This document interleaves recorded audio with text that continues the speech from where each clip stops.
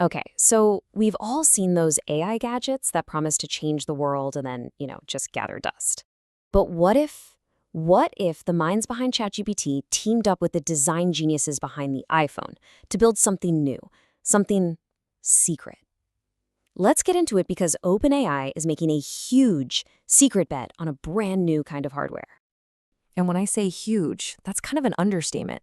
The first thing you need to wrap your head around is this number, $6.5 billion. That is what OpenAI paid for a one-year-old startup to build a single device.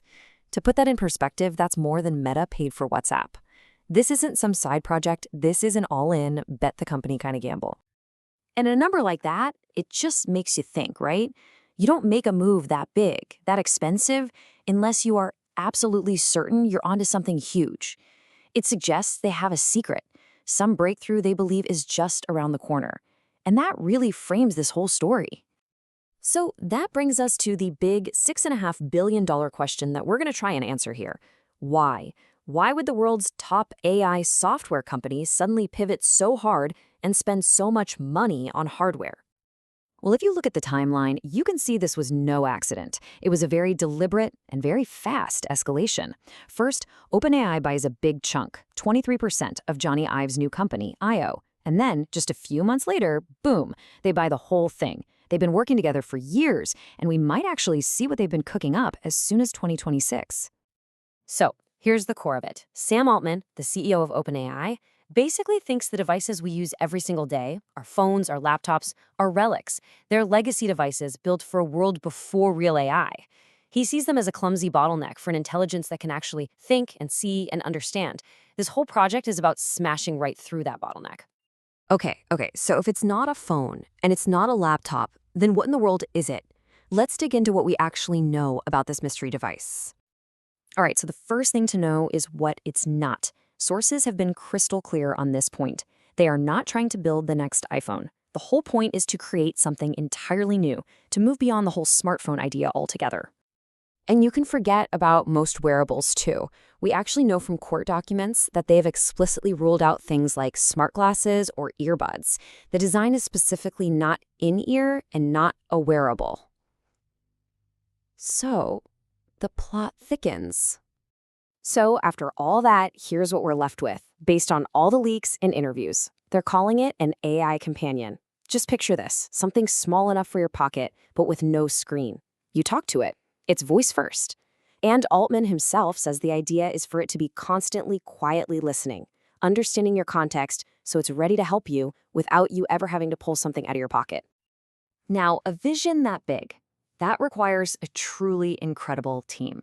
And the group they've put together for this is, well, it's just unbelievable. I mean, look at this roster. It's not a startup, it's a super group. You've got Jony Ive, the design legend behind basically every iconic Apple product.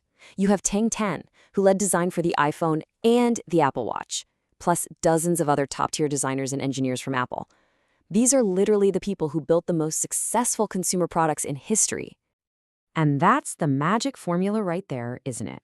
You're taking Apple's legendary hardware design team and setting them loose to build the next thing.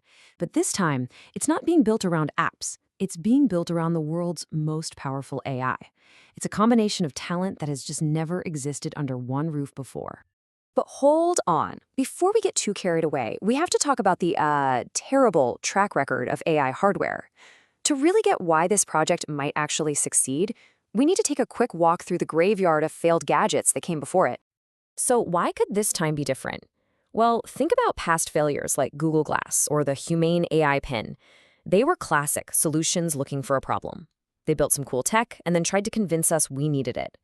OpenAI is doing the complete opposite. They already have a product, ChatGPT, that hundreds of millions of people use and love. They already know what people want to do with it. They're not guessing, they're building the perfect physical body for an AI that people are already using every single day. All right, so this brings us to the end game, the ultimate gamble, because this project is the very definition of high risk, high reward. We're talking about a true swing-for-the-fences bet on the future of how we interact with computers. And make no mistake, this is not just about selling a cool new gadget. This is a massive strategic power play. Right now, if you want to use ChatGPT on your phone, you have to go through Apple or Google, their app stores, their hardware, their rules.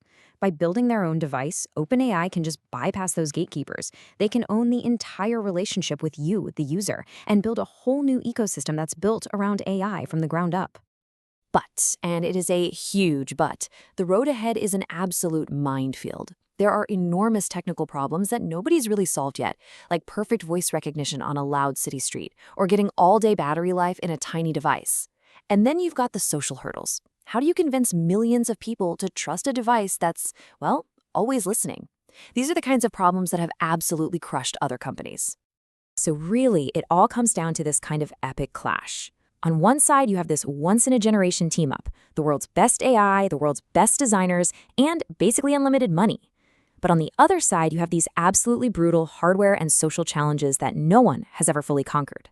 The ingredients for a revolution are there for sure, but so are the ingredients for a truly spectacular failure. And that's what it all boils down to.